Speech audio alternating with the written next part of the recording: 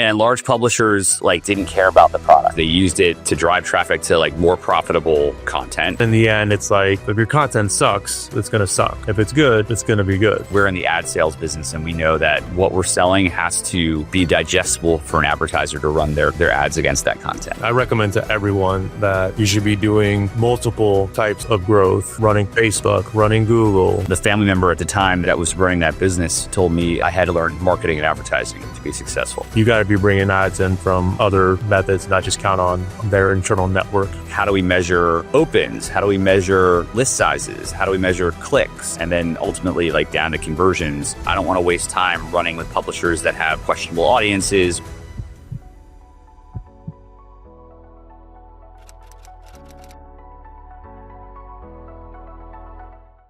Welcome back to another episode of Audience Bridge Insights. Today, I have Jeff Eisenberg, co-founder of Media Intercept here. Jeff, how you doing? I'm doing great. Thanks for having me, Chris. Appreciate it. Awesome. We actually got together at the newsletter conference last week. We had some conversations and we did discuss about monetization, advertising, which kind of shocked us a little bit that there wasn't a lot of talk about that at the conference. So I said, well, let's get you up on the podcast and let's talk about monetization because that's a very important part about owning a newsletter and email marketing in general. So that's what we're going to discuss today.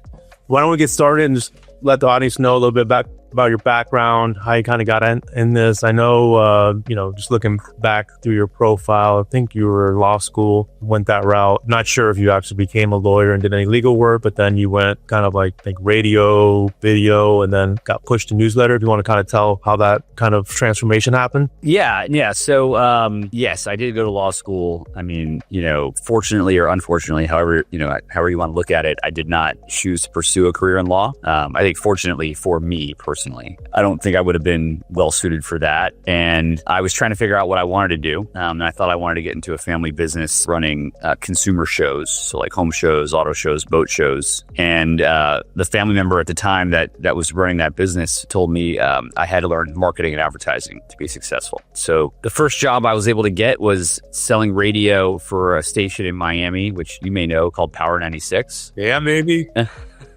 Power Hour. So went from, law school and interning at law firms to hitting used car lots in Hialeah, trying to drum up business. And I would tell anybody, anyone who's been in radio, and there's a lot of really successful digital ad executives that started in radio because it's really hard. Right? Local radio sales is very difficult. When I got there, they're like, here's the phone book. Good luck. There was no, I'm going to date myself, 20 years ago. You didn't have a lot of the monitoring services you have today. It was just a lot less sophisticated. But then had an opportunity after doing that for a short period of time to move back to New York and work for a national radio company, Westwood One, selling traffic and weather. And then after about a year and a half, had an opportunity to get into digital video, which, at the time, we're talking 2008. It's early. I certainly saw it as the future. I mean, you have to remember that it's hard to think about a time before YouTube or, how ubiquitous video is on your phone now or an iPad. But at that time, digital video was considered to be a fringe product. TV still ruled, right?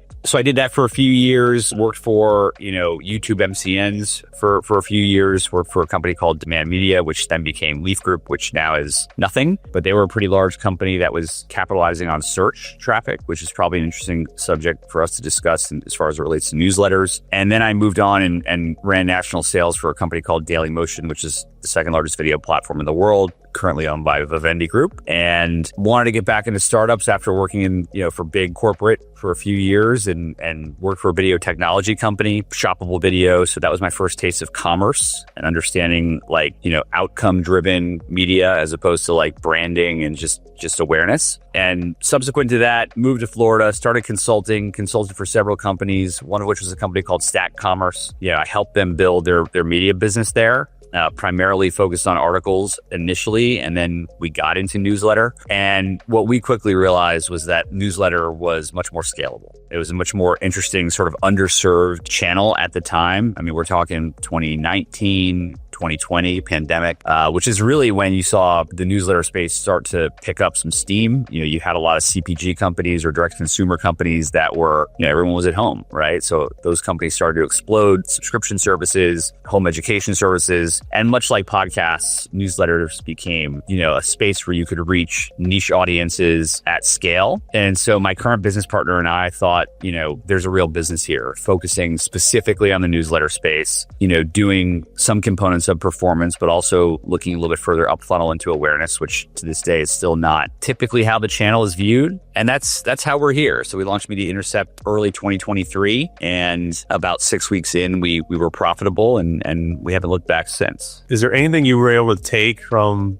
your experience at Daily Motion and doing the video stuff that you've brought into the newsletter space, advertising, anything there? Yeah, I mean, listen, having worked for large media companies, I think that what you've seen in the newsletter space is sort of a lack of maturity to this point in terms of true understanding of what large advertisers are looking for, the way that they buy, the way that they operate. You just currently have a massive amount of fragmentation. It's the most fragmented space possible. And so what we're trying to do is bring some discipline to the space in terms of true uniform metrics. How do we measure opens? How do we measure list sizes? How do we measure clicks? And then ultimately down to conversions. And if you ask 10 people in the space, you'll probably get 10 answers. And so, my background in media sales, understanding what advertisers need to see to give them confidence in what we're doing, that sort of directs everything that we're doing. And my partner and I have both had long experience backgrounds in media sales and building media teams and understanding the operational side, which I think, is also really important. It's very easy if you're a single operator to run your calendar. You're okay, I'm going to send out an email every day. I've got 2 or 3 ad slots in that email. That's a fairly simple business. But when you're selling inventory across thousands of newsletters, and hundreds of advertisers, it becomes a much more complicated proposition, and it requires a background of understanding how to run a media business at scale. So yeah, that's certainly been, it's been helpful to have had that experience. Let's kind of get into the newsletter monetization business model. A lot of, historically, newsletter ads and then the industry's been sold on a CPM basis. How big is your list? Who am I sending to?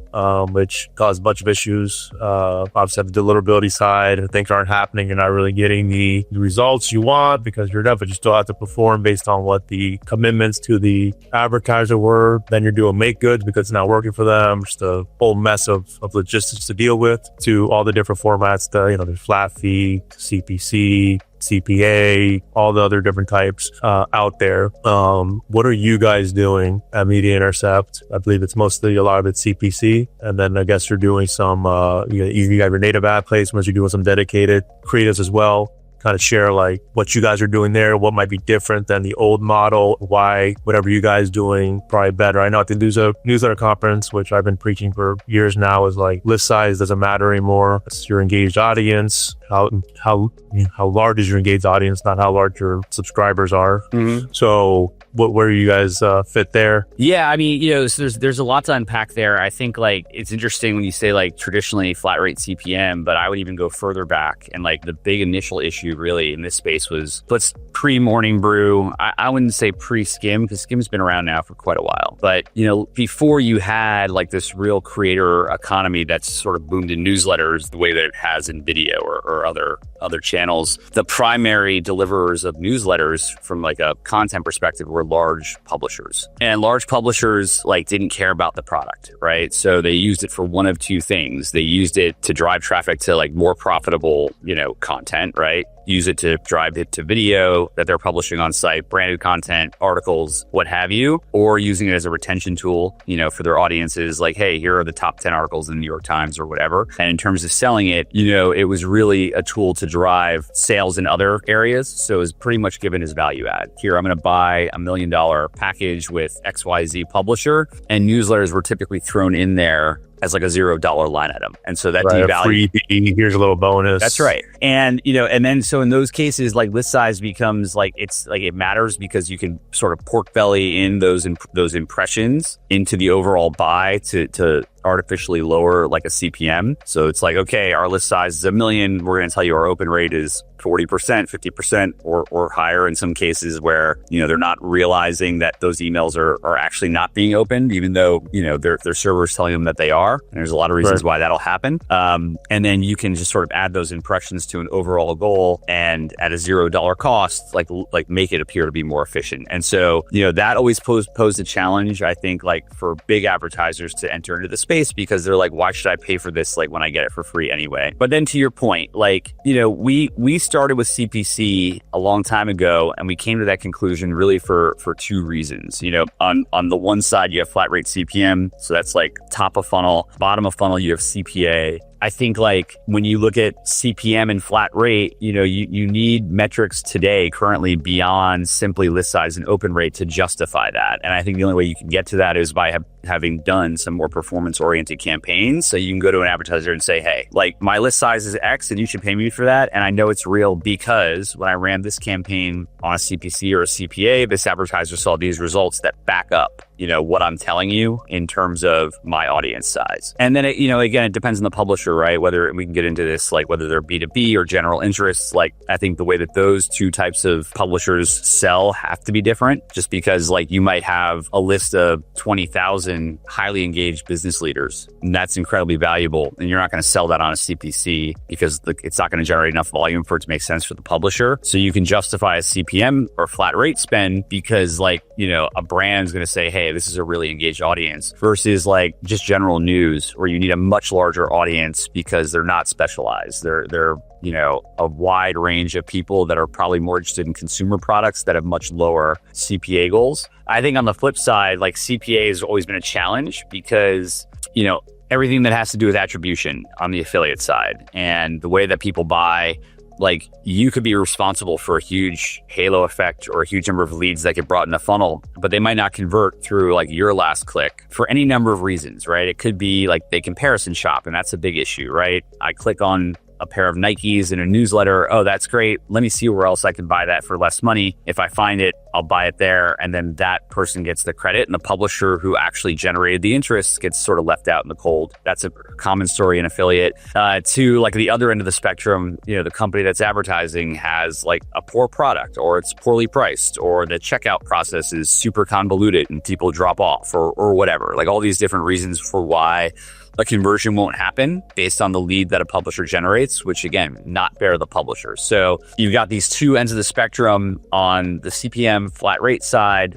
all the risk is on the advertiser side. On the CPA side, all the risk is on the publisher side. But CPC is more of a shared risk model, and it has its own issues as well. And we can get into bot traffic and bot clicks and all that stuff. But ultimately, we've sort of realized it's at least the most fair way to judge a campaign if what you're trying to do is drive like some sort of action. I do still, and we are moving into this space quickly, believe that there is a world where, brand dollars start to flow into newsletter and there is no call to action. Like you're selling like a can of Coke or you're selling a car or whatever, and you're not really trying to get someone to click out to somewhere. You want to share information, create awareness, be top of mind as a part of the media mix, the same way you would with like a TV commercial or radio commercial, like anything that's just sort of making a consumer aware that a product is out there, so that hopefully when they're ready to buy that you're in the consideration set because they've seen it so often. But yeah, I mean, that's a long answer to your question. I think like you can come up with 10 or 20 or 30 or 100 different ways to go about it. So CPC is primarily how we operate, but we do recognize there are other ways to do it, and we're exploring those. And it sort of led us to expanding our offerings across the board, from having a flat rate CPM product for certain advertisers, but backing those recommendations with data that we've collected over the years in terms of how these publishers perform for more performance-oriented advertisers. And then, on the opposite end of the spectrum, opening up what we call a non-guaranteed channel that allows advertisers to bid whatever CPC they want, understanding that some products, like they have lower CPA goals. And so like if you're selling if you're T-Mobile and you're selling like a new phone, like the CPA on that is like $10 to $15 for a new subscription. It's very low. So it's hard to justify a CPC above a certain price because your conversion rate's going to have to be like really high. But the publisher, it can be pretty lucrative because that offer might click much better. You're going to do more volume, albeit at a lower unit cost. And so, we've long felt that you have certain advertisers that are shut out just based on like sort of unit economics that have existed for a long time. So we're trying to change that as well. Yeah, I mean, I like how you said it, the CPC model is kind of a shared risk. I know from just years experience and stuff, and we had a network in the health space way back. We got out of that, but managing the publishers who are trying to always say that, no, our audience is good, it's your offer, and then the advertisers say, no, your traffic sucks, and it's like you're trying to balance the who's right, who's not, having to play that mediary. It's kind of a pain in the ass to be able to kind of separate that and put them even playing field. One of the worst things that I always used to see were advertisers coming out with a new offer or a new product. They want you to test this on a CPA, and they got no proof to the pudding. You're like, I'm not going to be your guinea pig. If you want to, pay me a flat rate to run it so you can get learnings and see if your offer is good, I'll do that. But I'm not going to just send traffic hoping that it's going to convert for me. Yeah, I mean, I also think like it depends on again, what you are as an operator, right? There have been friends of mine who have asked for advice, like, how do I start getting ads into my newsletter? And they might have a very small list. And my advice to them in those cases, because I know they're too small to individually go out to pitch to advertisers, it's just not going to make any sense. And working with someone like me, they won't make enough money on a CPC. It won't be worth their time. But to those people, I would say, hey, take an affiliate deal. Just pick the brand that you think resonates with your audience, that you would want to sell to your audience because it's just great fit and you believe in it and whatever. And then you can start to generate some data that says, hey, we only have 10,000 subscribers, but I put this super expensive infrared sauna, offer into my newsletter because I'm trying to reach, this is actually a real example, women who are interested in perimenopausal information. It's a big market, but this person's just starting out, and maybe they sell 20 of them, and that's worth a huge amount of money, that way out punches what their audience size is.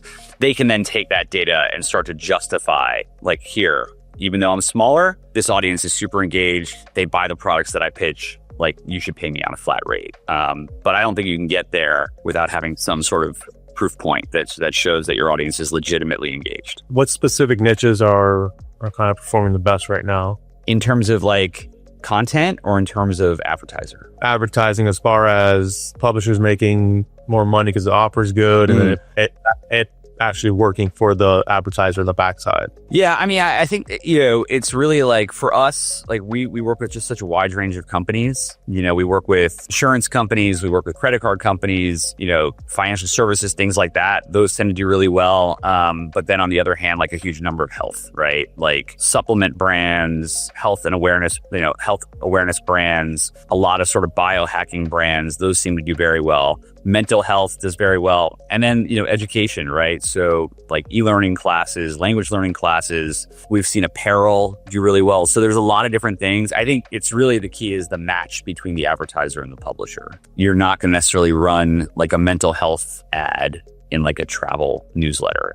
Right. You could. Unless you have anxiety flying like I do and you take a Xanax. Well, or you could say, hey, take a vacation because you're stressed out, something like that. You have to come up with an angle that makes sense. And I think that's actually the beauty of newsletter advertising, is the fact that, you can tailor, it's what we do. We tailor the message to the specific audience. So when you can create true native ads, HTML5 hard coded, you can have each ad be individual to the newsletter, and then it's going to be much more effective. But, you don't want to try to fit a square peg into a round hole. So you wouldn't run, I was on Tyler Morin's podcast, and I was like, yeah, we're not going to run lip balm or beauty, women's beauty on your newsletter, which is financial news. It just doesn't, it's you don't have the right audience and they don't care about that.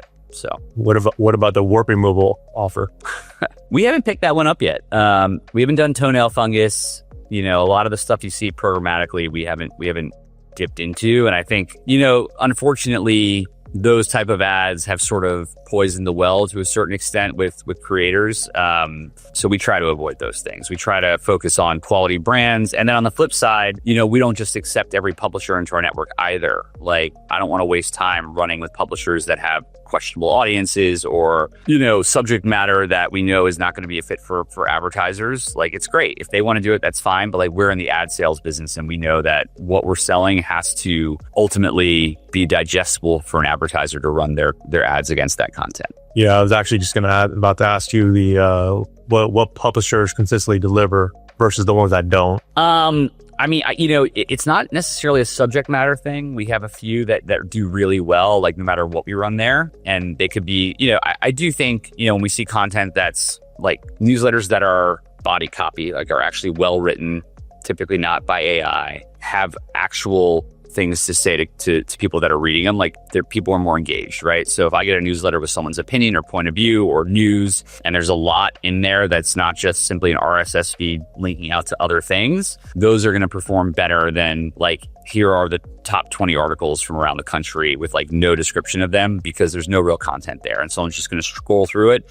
And any ad that's in there is going to, if it looks like those thumbnails, people are going to ignore it. It's not going to perform well. And if it doesn't, it's going to be jarring, right? It's going to be like the ad is the content and then the rest of the content is what? So that's one good rule of thumb. Like something that has like a lot of body copy tends to perform really well regardless of the vertical.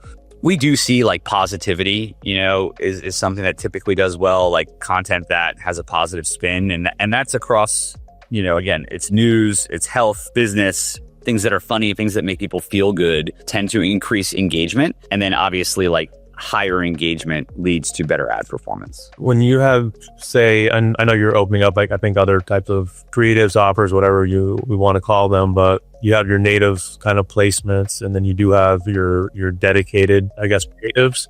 Is there a difference in the CPCs or the money per click off of those, or are they kind of the same? And the dedicated, you're probably just getting more traffic because you're just focusing in on that.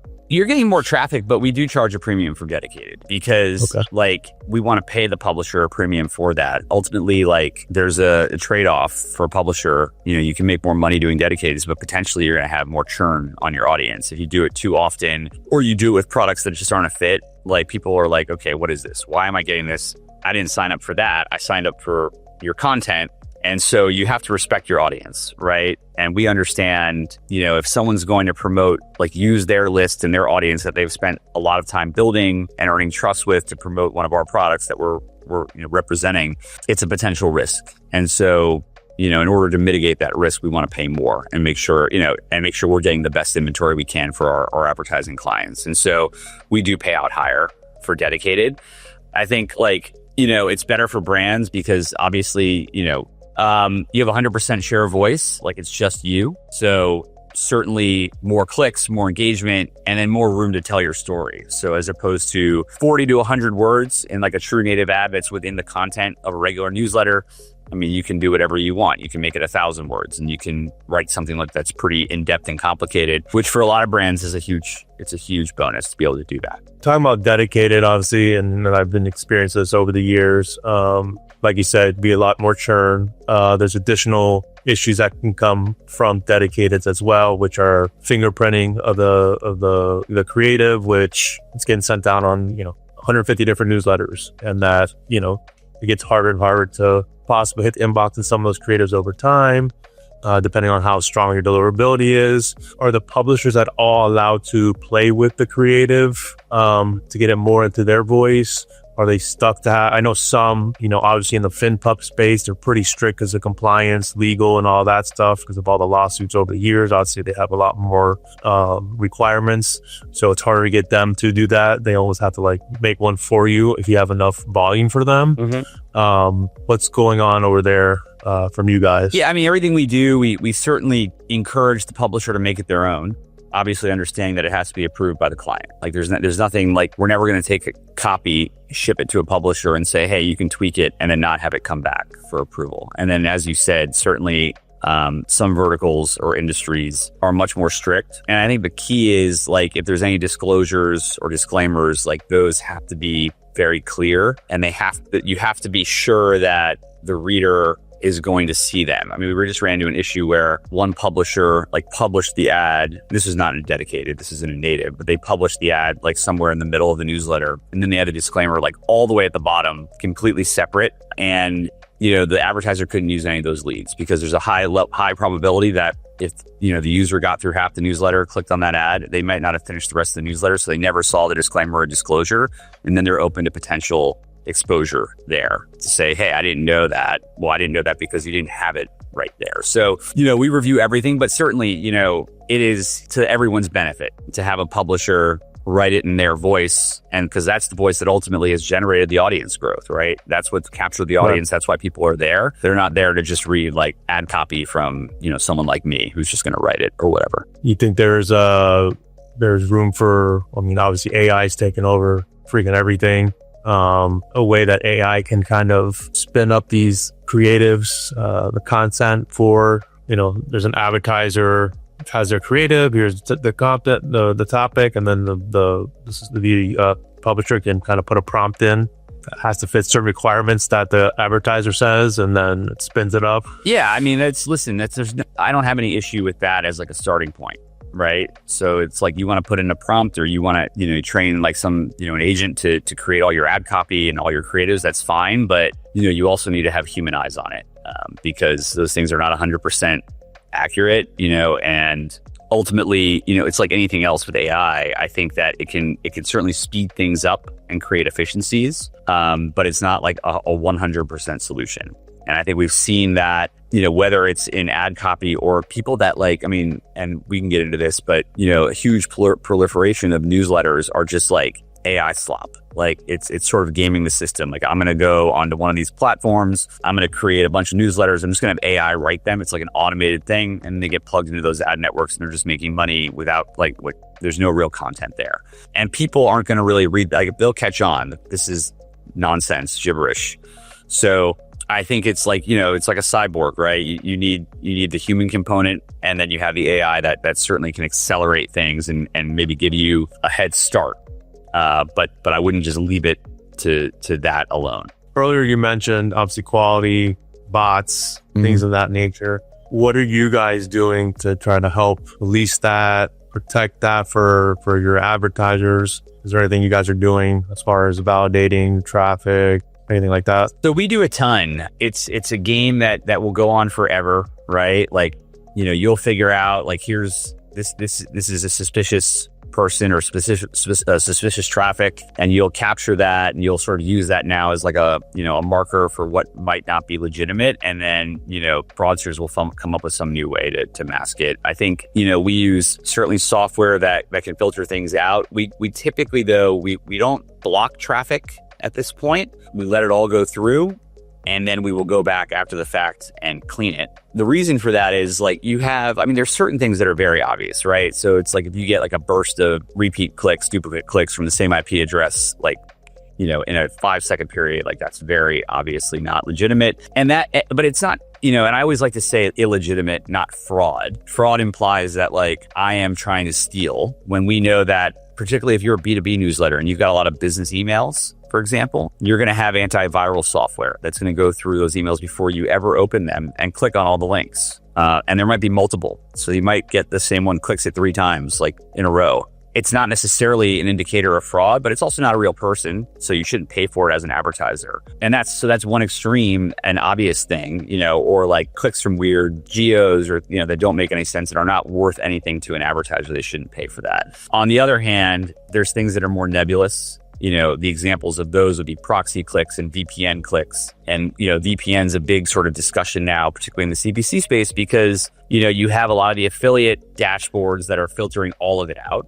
They're just saying anything that comes from a VPN, like we consider to be illegitimate. And I don't know if that's because they have no way to determine the difference between what's legitimate and what's not. I think that's part of it. I think the other part of it is, for them, they can increase revenue per click and like look better. And so that's like one way they can do that.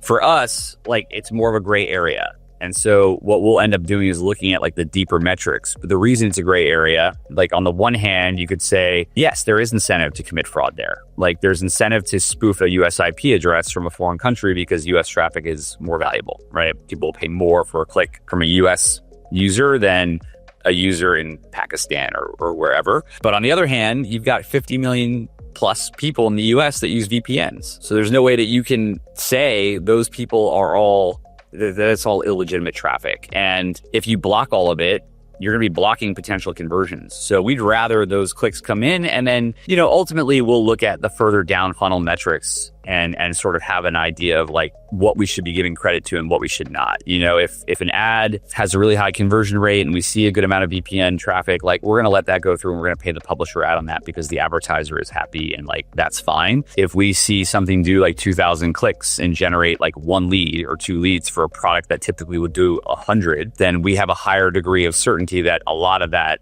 you know, gray area traffic is probably not legitimate. And we're very transparent with our publishers on that. You know, we will share all reporting and how we sort of will justify like what we think, you know, we should be paying out based on the traffic. And, you know, ultimately you do have some people that can be disappointed by that, but I think, you know, it only serves them for us to be open and honest about what's happening because, you know, we can become sort of the canary in the coal mine in the sense that we're just doing such a large amount of volume. We can identify issues for publishers perhaps more quickly than they can on their own because they're only seeing their own traffic. And I'd rather, it's probably better for them that I tell them and they could say, okay, maybe I have a problem here. I have to clean up my traffic, as opposed to like all of a sudden they've got 30 super pissed off advertisers because like they ran ads on flat rate and like it was all illegitimate traffic. But yeah, it's an ever evolving process for us. You know, we will be honest with publishers and we don't ever like to burn bridges. But if we do see a pattern, we'll say, look, you know, we need to take a break. You need to figure out what's going on with your list and come back to me in 3 months when you've done some diligence and we'll test again and see where we're at. And some of them do correct it. Like we've seen that for sure. Others like, it will always be bad because like the foundation of their audience of what they've been built on, depending on how they've done their growth, is just like rotten to the core and they can't ever fix it. Got it. Yeah. I mean, VPN dogs. I mean, I see NordVPN freaking ads like all over the place. Yeah. So, I mean, you know, and one thing we talk about as a company, like, by the way, it's like we have 3 responsibilities as like the core of our business. So like one, obviously like we're in business to make money, right? We have to be profitable and pay employees and all that, certainly. But like our mission is twofold in terms of how we do that. It's one, like make advertisers happy in the newsletter channel. So in order to do that, you know, you have to make sure that you're being efficient, you're buying the right properties on their behalf, replacing them, and that it's performing really well. You know, that they're seeing the efficiency on a per click basis. Or if they're buying flat, they're still seeing the value, you know, their ROAS is higher than what they paid. And then on the other side, and these are not necessarily tied together, is making publishers happy. So, you know, making sure that a publisher, when they take one of our ads, they're happy with the revenue they're seeing and they're happy with the brands that they're putting in front of their audience. And so, you know, one can happen without the other happening, or both can happen, you know, independently of each other. And, you know, we just have to make sure that we're keeping our eye on both balls at the same time, because it is a bit of a balancing act for sure. In your guys' situation, are the publishers able to get post-back pixels for back-end conversions after the click, or since it's CPC, that's really the conversion point because that's what they're getting, or so they can see the performance and, you know, back out later down the road, like you said, like, oh, here's the stats from down the funnel that it performs. If you do try to get a flat rate deal, like, yeah, we have buyers, we're doing this, you know, This is how results. Are they able to see that through the network, or is that something you have to gotta get from the advertiser and provide them, get the insights? We get it from the advertiser. We don't just like publish that stuff on the dashboard because it's proprietary, right? Like, and different advertisers use, like, I mean, you know, if you've got 100 advertisers, they're all going to have 100 different attribution models. And some of them are purely like last click attribution, which obviously like we don't think is fair. And they're going to be selling themselves short in the long run by just looking at like that metric. You're going to end up sort of in an echo chamber of like, I'm only going to spend where people are buying. Well, okay, but they might not have gotten to that point without these other channels. So I think if you're not looking at, you know, a full attribution picture, a full funnel picture of like the consumer journey, you're not going to have success. But there are obviously degrees to that. You know, again, it gets into what the advertiser's objectives are, what they're selling, you know, the sales cycle for it. Like someone who's selling, you know, a $50 pair of sneakers, like that's a fairly immediate decision. Like I'm either buying it or I'm not. Now I might have gone to 2 places to buy it, but it's not like I'm going to think about it for weeks and weeks and weeks versus like homeowners insurance, which is a fairly significant purchase in someone's life. Like it costs a lot of money. The implications of the coverage are really high. Like the stakes are high. You have to have a much more sophisticated funnel and like patience to understand that like even if the policy didn't come from here, I need to look at like all the different places that consumer went before they ultimately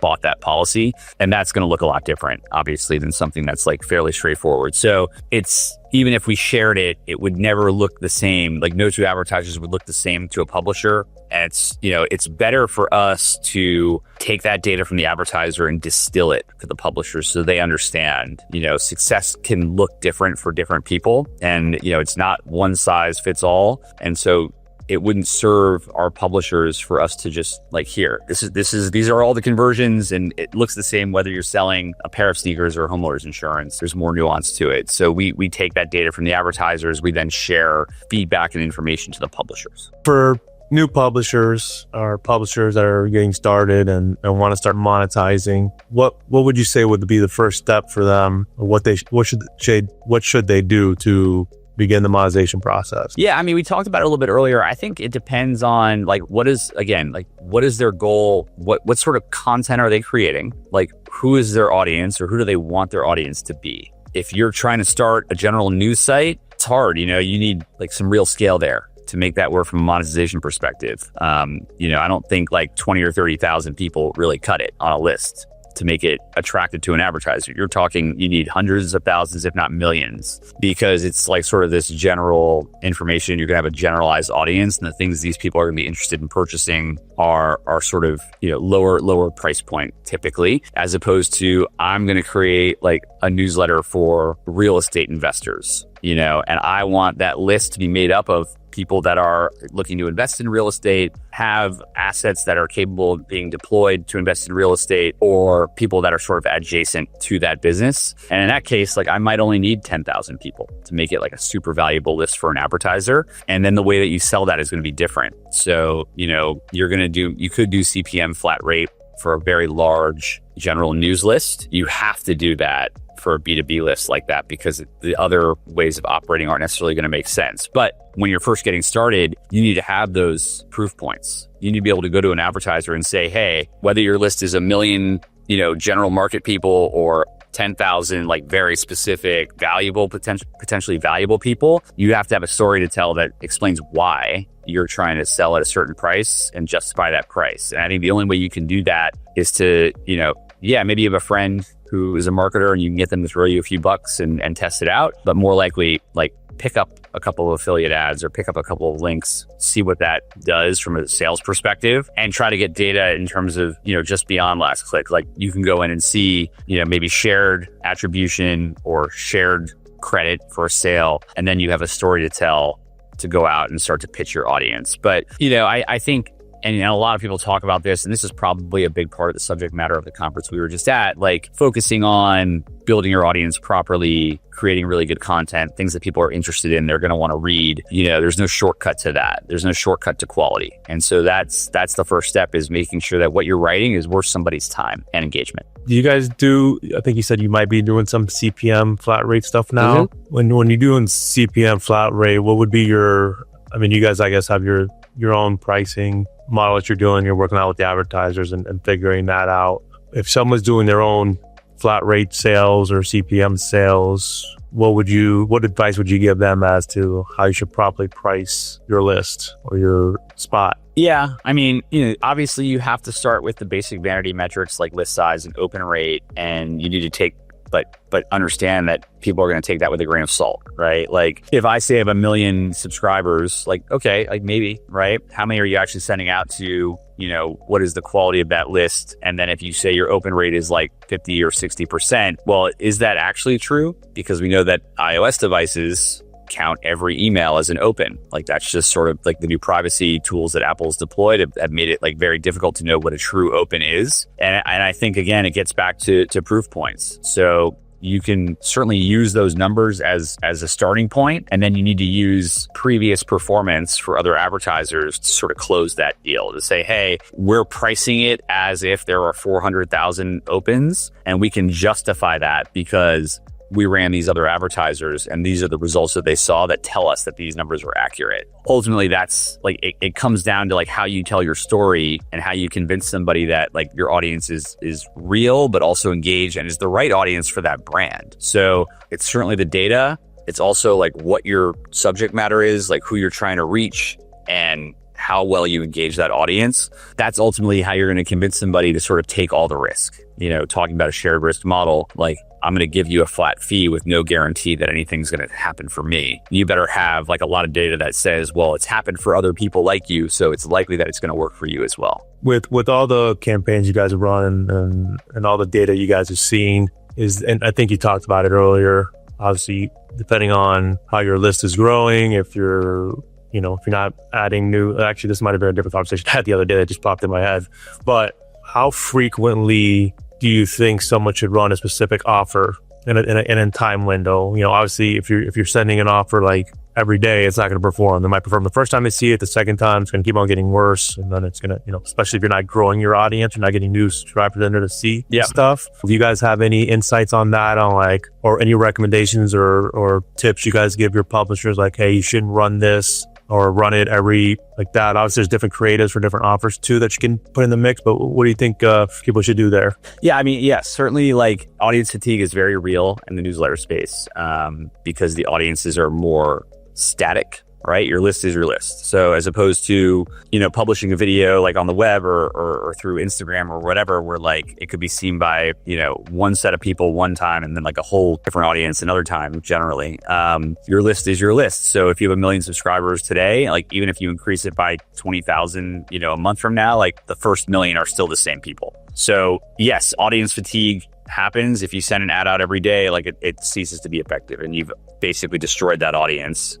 There's no definitive answer. It is dependent on publisher and it is dependent on advertiser. Like a good rule of thumb, like twice a month is probably the max that I would go with. It's just, you would rather be able to run an ad 15 to 20 times in a year as opposed to run an ad 8 times in 2 months and then never see that advertiser again. So, think long term. I would say once a month is optimal, but I understand like, there's pressure, right? If you need to fill something, you need to fill inventory to take, an ad from an advertiser more than once. I would say 2 is the most that I would do. And then certainly for dedicated, like honestly, we would never run something more than like once a quarter with the same publisher on a dedicated, just because like we know if we do that, like you have the double effect, the dedicated becoming less effective, but then that's the same audience that's reading the regular newsletter and they're just going to get pissed off. So those are just sort of general rules of thumb. But again, the smaller the list, like maybe those numbers change, right? Like there's just less people to reach. You have with large list sizes possibilities that like the audiences can be varied when they open it, right? So if you're talking about like a 1440 as an example, where you're talking about, 4.5, 5 million subscribers, you might run an ad 1 week and you have like this million people see it. And then you run an ad like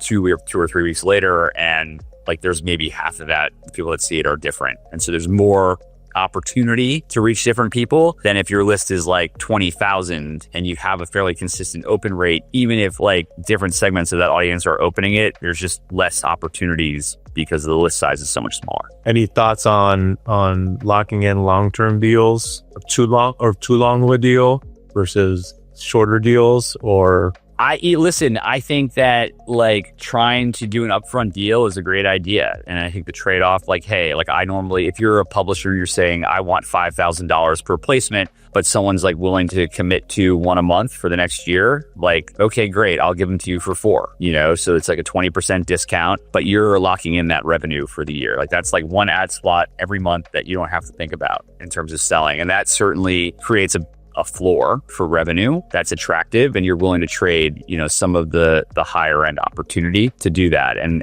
that's great if you can accomplish that as an operator, for sure. Cool. Let's switch topics a little bit. Let's talk about more of like the future, what's been happening, what's going on, what's on the horizon. We mentioned this before, obviously this conversation, but some of the ESPs, creator platforms, you want to call it, they're more than just ESPs these days. They're trying to do all everything. Seems to be also adding ad networks, like Beehiiv has an ad network that has some decent success. I don't know if it's the end all be all right at this moment in time. It needs a lot of work and it needs more volume and stuff to really monetize for the publishers. I don't know, Substack and Kit might be getting into it some. What are your thoughts on them are them doing that? Are they a competitor? You look at them as competitors. Is adding more credibility to the newsletter advertising industry that helps everyone in the ecosystem? What are your thoughts on the future of ad networks and the blend and all that? Yeah, I mean, so as far as the competitive component, like we don't really view them as competitors to what we do. Like I think that, I mean, whether it's Beehiiv or Kit or any of them that are trying to create sort of an in-house network, I think that like the first purpose of that is it's like a benefit they're offering their creators. It's attractive, right? So they want to get people to be on their platform versus another. Like, okay, you're going to potentially provide ad revenue to me. Like that's attractive. And I'm going to, that's just a feature that I'm going to want, right? So you're offering something there. And that's, I think, a big motivator behind why they've done it. Just generally though, when you buy into those networks, like they're good places for smaller operators to start their ad business. What you tend to see within those ad networks is that the larger operators are not accepting ads from those businesses because the rates are lower or the advertisers aren't who they want to run, versus like the smaller creators that don't have a lot of choice, right? They're like, we're just going to take what we can get, so we're not competitive because for us as a company, like we focus on larger publishers, we focus on quality, and large doesn't always mean quality, but like there is some correlation there, right? If you've been successful enough to be around to build up a large audience, you probably have something going for you. And I think the other, angle of that is like we work with creators that are on Beehiiv. We work with creators that are, published on Kit that are in Substack, or none of them, right? They have their own ESPs, like they're standalone newsletter businesses that don't need to be a part of that network or what have you. So like sort of our pitch in the market is like, we're not limited to any one of them versus like those ad networks are, right? Like it's like that you can only buy what's on the platform. So we don't, that's maybe a differentiator, but it's also why like we don't sell the same way. We don't pitch the same thing. I think that, yeah, there are challenges. Like that last piece is a big challenge, so if whether you're Beehiiv or Kit or whoever, like, yeah, it's a super interesting product to say, hey, it's a one size fits all. And if you're an advertiser, come in here and access our 20,000 or 50,000 or 100,000 creators, whatever it may be, but you're limited to that. And I think when you talk about a world where there's fragmentation, that's a challenge for an advertiser that says, well, okay, great, I want those newsletters, but I also want to work with, independent big publishers, whether they're legacy publishers or a Morning Brew or 1440 or a Skim, who are sort of their own thing. Or I want to work with creators that are on Kit, or I want to, then you're sort of taking away like the efficiency of it. And so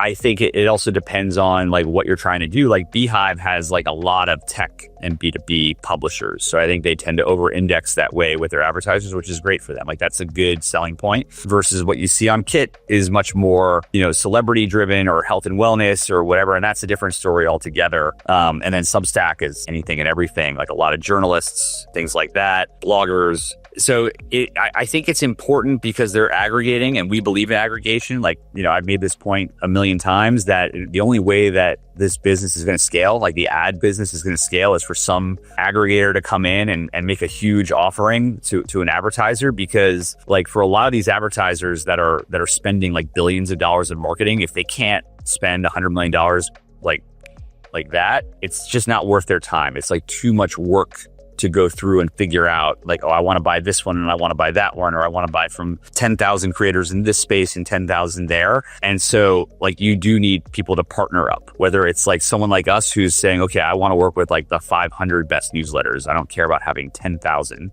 I want this premium network, or I want to have a massive network. Like, the Beehiiv play is really like, okay, whether it's 30,000 for whatever the number is of creators, but a lot of them are smaller, very specific audiences. I think they're like 55,000. Something, whatever it is, but you might have, and I don't want to speak for them, it's their business, but you might have like, 40,000 of those that have audiences that are sub 10,000 people, or that are very specific niche subject matter. And those ads on a per newsletter basis, if you were to buy them individually, might do like 2 clicks or 3 clicks or 4 clicks. But if you lump together a bunch of them, it can do some scale. And it is a good solution it allows those creators to make some money. It allows advertisers a way to like reach those audiences, albeit longer tail, smaller audiences. So, as I said earlier, there's a lot of approaches to this business that can make sense. I think ultimately what has to happen, and I've made this point several times, is that whether it's Beehiiv or Substack or Kit or any of the others or companies like ours, there has to be at some point like a standardization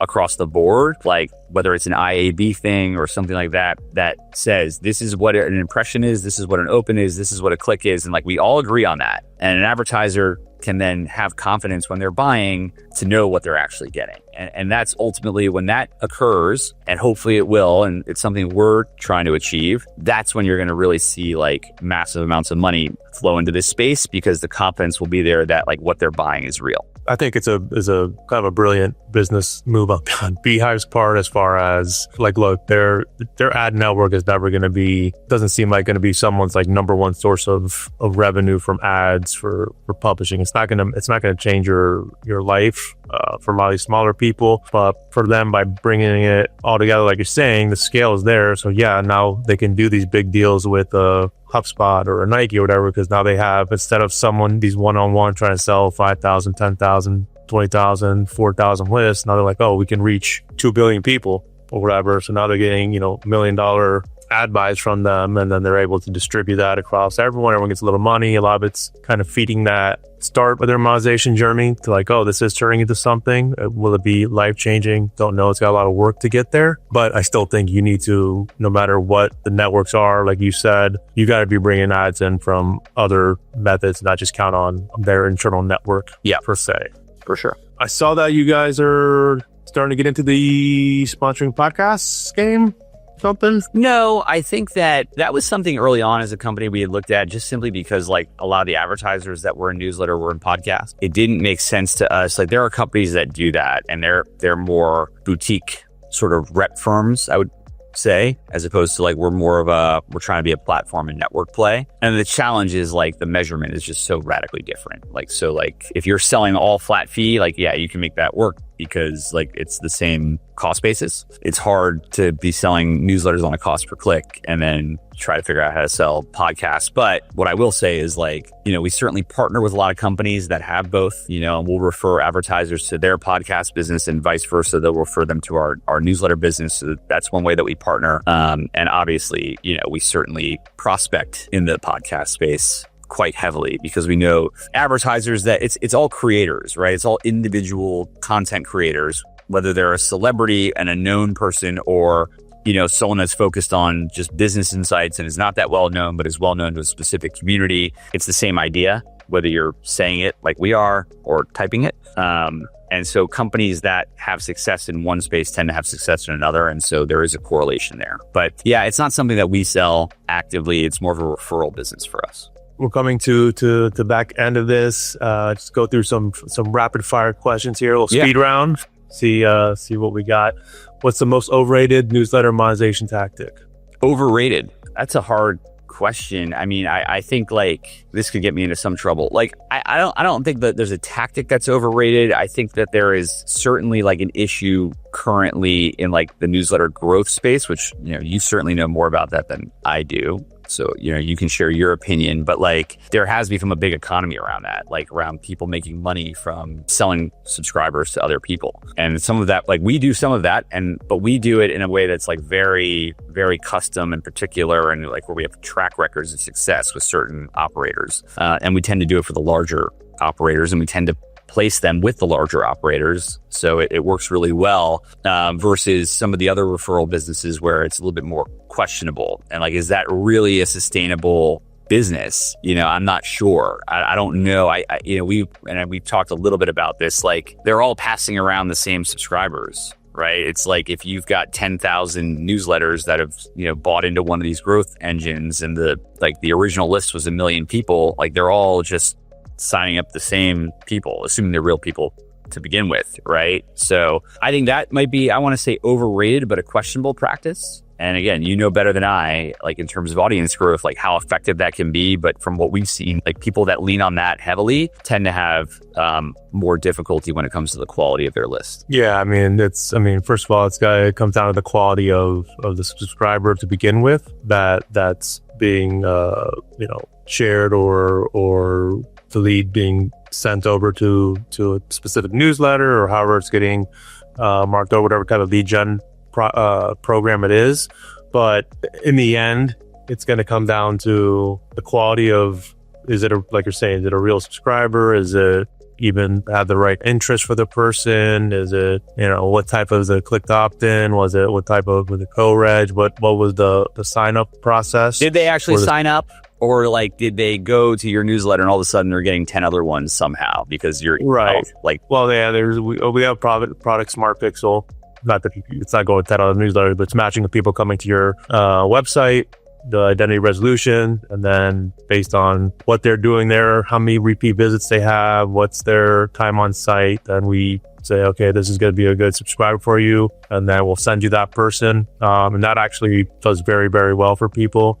And LTV on those people are, but of course they know your brand, they're going to your site already, they're consuming it, they just never subscribe for whatever reason. Maybe you suck at acquiring the traffic that comes to you. You don't want to have too many pop-ups or calls to action to subscribe because you want them to consume the content on your site, but that works very well. But then in the end, it's like, it's a combination of the quality of the leads and then the product itself. If your content sucks, it's going to suck. If it's good, it's going to be good.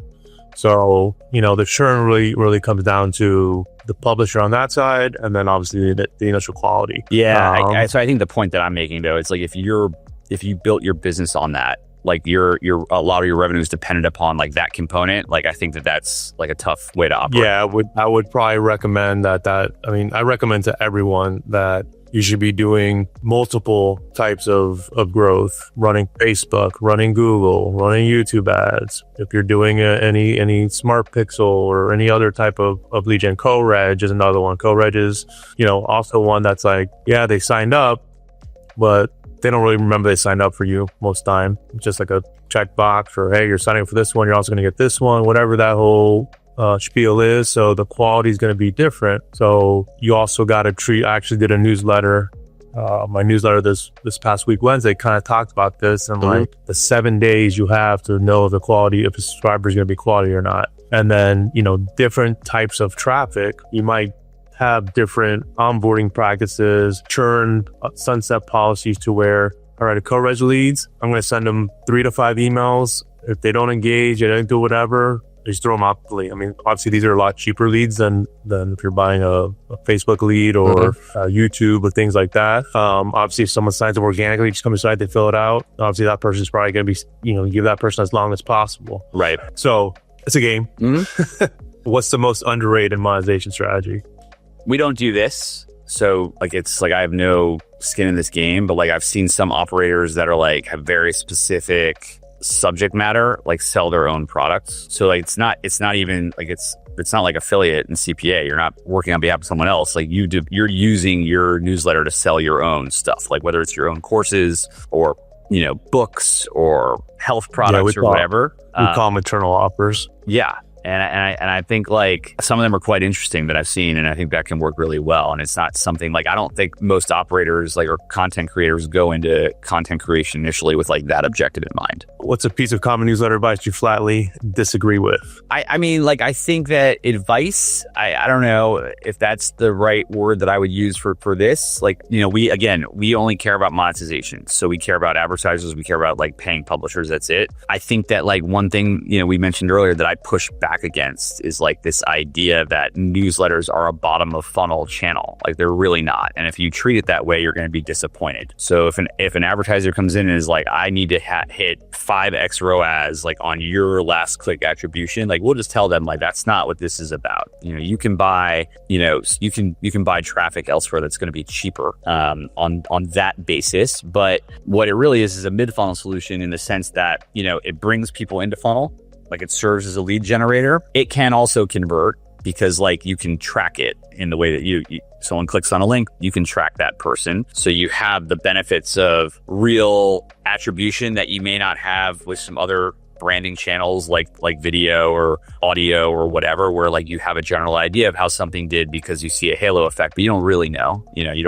There's no click to whatever. I don't care what any of them tell you. So like it's like a blended channel. And I think that like my advice is I would say to publishers or anyone that's out there pitching, newsletter is to understand that and convey that to brands, like to be open and honest about what this is and the way that it should be viewed and set expectations properly. And if you can do that, you're going to have people that are going to be happier with the money they've spent and spend more, as opposed to trying to position it as some like performance channel when it's not. Like it can be, but it's not ultimately going to be like the best bottom of funnel solution. So I guess I don't know if that answered your question, but it's going to have to. So you're in Orlando. Are you a big Disney fan? Yeah, I've got kids 7 and 10, so we do it all. Disney, Universal, SeaWorld. All. What's your favorite ride? My favorite ride is, well, so Universal right now, I guess it's still Velocicoaster. I really enjoy that coaster. And then at Disney, it's probably Guardians of the Galaxy at Epcot. But there's a lot of new stuff coming, so we're excited for all of that. As summer heats up, we'll get to the parks a little bit before my kids go away to camp. And but yeah, I guess my favorite park is Epcot because it's the most adult, right? I can go there with my wife. Yeah, well, I mean, we for probably like 5 years, my brother and I's birthdays are like a week apart, and we'd always celebrate our birthdays during Food and Wine Festival. There you go. Epcot. And I mean, that's some of the most fun. For one time we went, there was probably like 20 of us, like 10 couples, and we stuffed ourselves all in this small taxi. We looked like a clown car. Yeah. Took a picture just to get to the Epcot. It's kind of funny. Yeah. No, it's a lot of fun, man. Yeah. Always start left. Hit up Mexico first. Get your tequila. During Food and Wine Fest, I don't know that I agree with that. But if you're just doing a regular around the world kind of deal, it's probably the safest way to go. You can get in trouble going the other way for sure. Last question. The newsletter operator listening right now, sitting between 50,000 subscribers, and they're thinking, when am I ready for sponsors? What is your one sentence answer? I don't have one. It's a long answer, so I'm not going to give it. I would just say, the market will tell you, right? Like, if you think you're ready for advertisers, go out there and pitch. And if they sign up and you get ads, then you're ready. If you go out and you get crickets, then you're probably not. So, and then you can talk to people like you to grow, or people like me to maybe help. But yeah, I think the market will tell you that you're ready or you're not. Cool. Anything you want to plug? Where people can find you? Yeah, Media Intercept. Media Intercept. www.mediaintercept.com. I mean, the one thing I would love to plug is we've just spent 2 years building our own technology and our own platform. And so like we now have just launched that actually last week. It's like incredibly exciting, and it's just built specifically for monetization in the newsletter space. So there's not really anything else like it that crosses, again, like across all the platforms, gets inventory from publishers across the board, and is built to measure and deliver assets at scale specifically for this space. So, I guess I'm plugging it, but I'm just excited and proud of it. It's going to change the way certainly that we operate, and hopefully change the way that advertisers engage with publishers in the newsletter space. Cool.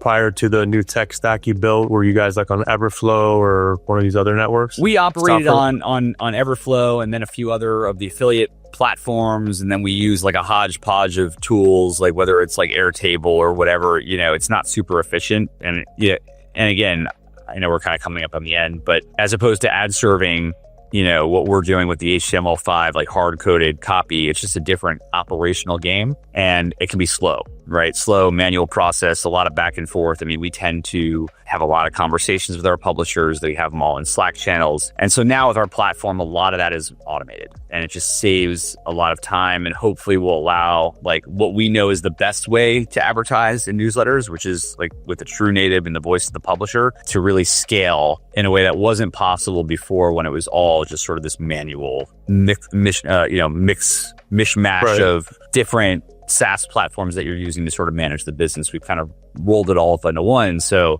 everything's got a Slack API connect, for example. So when we push assets out, they go to your Slack channel, they go to your email. You can pull them from there. You can ship them back through there. We connected to all the affiliate dashboards, so you can automatically import data from all those if you're an advertiser, and things like that sort of bring together all these different components that have to exist to make an ad business run. We now have it all in one place. So that's pretty exciting. Awesome. Congrats. We're actually in the middle of refactoring our entire system right now. I'll be excited when that's done as well. Yeah, it's tough to build the plane while you're flying in it, right? Yeah. And that's kind of what we've all had to do. But, it's certainly satisfying when you get to the end. Well, it's never really over, right? Like, every day. No, I mean, you're going to keep on building, you're going to keep on adding features, but at least you got the base product launched. So that's great. Jeff, thanks for coming on, sharing those insights. Appreciate the talk. I think there's a lot of good value there for the audience. Everyone, be sure to subscribe to Audience Bridge Insights and to my Audience Bridge Insights newsletter that goes out every Wednesday, audiencebridge.io/subscribe. You can always find Jeff over at mediaintercept.com. And, he's got his LinkedIn profile. You on X, Twitter? I don't publish there. Because that's... Okay, so there's nothing to I'll provide follow there. LinkedIn. But I'll provide his LinkedIn, website information will be in the descriptions below. But hey, thanks for your time. Appreciate it. yeah, no, I really appreciate you having me. This was fun. All right, man. All right. Take care. Thanks.